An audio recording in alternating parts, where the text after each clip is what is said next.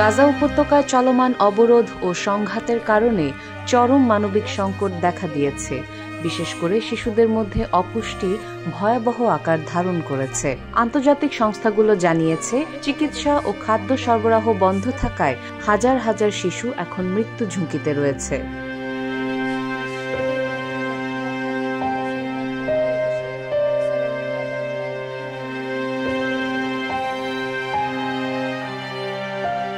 Israel ও মিশরের সীমান্ত ক্রসিংগুলো প্রায় সম্পূর্ণরূপে বন্ধ থাকায় জরুরি ওষুধ, চিকিৎসা সামগ্রী এবং শিশুদের জন্য প্রয়োজনীয় পুষ্টিকর খাদ্য গাজায় পৌঁছাতে পারছে না। ফলে গাজার হাসপাতালগুলো কার্যত অচল হয়ে পড়েছে।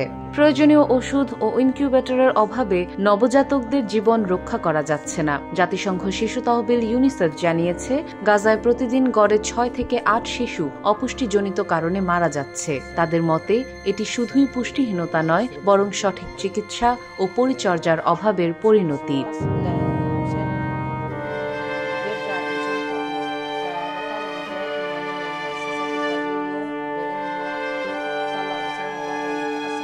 অনেক মায়ের দুধ শুকিয়ে গেছে, কারণ তারাও খাদ্য সংকটে ভুগছেন।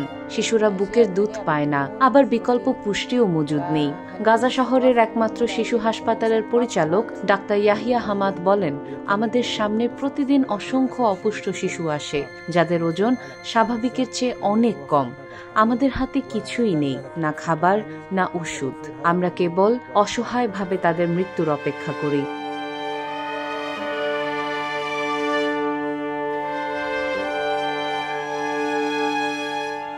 এদিকে মানবিক সহায়তা পাঠাতে চাইলেও সীমান্ত ক্রসিংগুলো বন্ধ থাকায় আন্তর্জাতিক সংস্থাগুলো কার্যত অচল হয়ে পড়েছে। রাফা ও কেরেম শালম ক্রসিংগুলো মাসের পর মাস বন্ধ থাকায় কোনো ত্রাণ ঢুকছে না গাজায়। বিশ্ব স্বাস্থ্য সংস্থা ও বিশ্ব খাদ্য কর্মসূচি বারবার আহ্বান জানিয়েছে যেন অন্তত চিকিৎসা ও শিশু খাদ্য সরবরাহের জন্য সীমান্তগুলো খুলে দেওয়া হয়, কিন্তু এখন পর্যন্ত সাড়া মেলেনি। জাতিসংঘের মানবাধিকার বিষয়ক হাই কমিশনার বলেছে, গাজায় শিশুদের এই সংকট একটি মানব সৃষ্ট দুর্যোগ। এটি অনিচ্ছাকৃত নয়, বরং দীর্ঘদিনের অবরোধ ও সংঘাতের ফল। আন্তর্জাতিক সম্প্রদায়ের এখনই পদক্ষেপ নেওয়া উচিত। গাজার অভ্যন্তরে সংকট এতটাই চরমে পৌঁছেছে যে অনেক পরিবার নিজেদের সন্তানদের অন্যের কাছে পাঠিয়ে দিতে বাধ্য হচ্ছে, যাতে অন্তত তারা বাঁচতে পারে। শিশুরা শুধু অপুষ্টিই নয়, মানসিকভাবে ভেঙেও পড়ছে।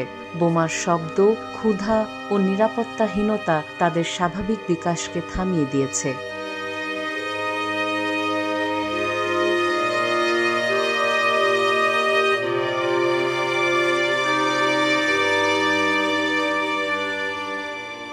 এমন এক ভয়াবহ বাস্তবতায় গাজার শিশুরা আজ যুদ্ধের মূল শিকার। তারা খাদ্য, চিকিৎসা ও নিরাপত্তা সবকিছুর অভাবে ধীরে ধীরে নিঃশেষ হয়ে যাচ্ছে। যতদিন না সীমান্ত খুলছে এবং নিয়মিত ত্রাণ পৌঁছাচ্ছে, ততদিন গাজার শিশুদের জীবন হুমকির মুখেই থাকবে।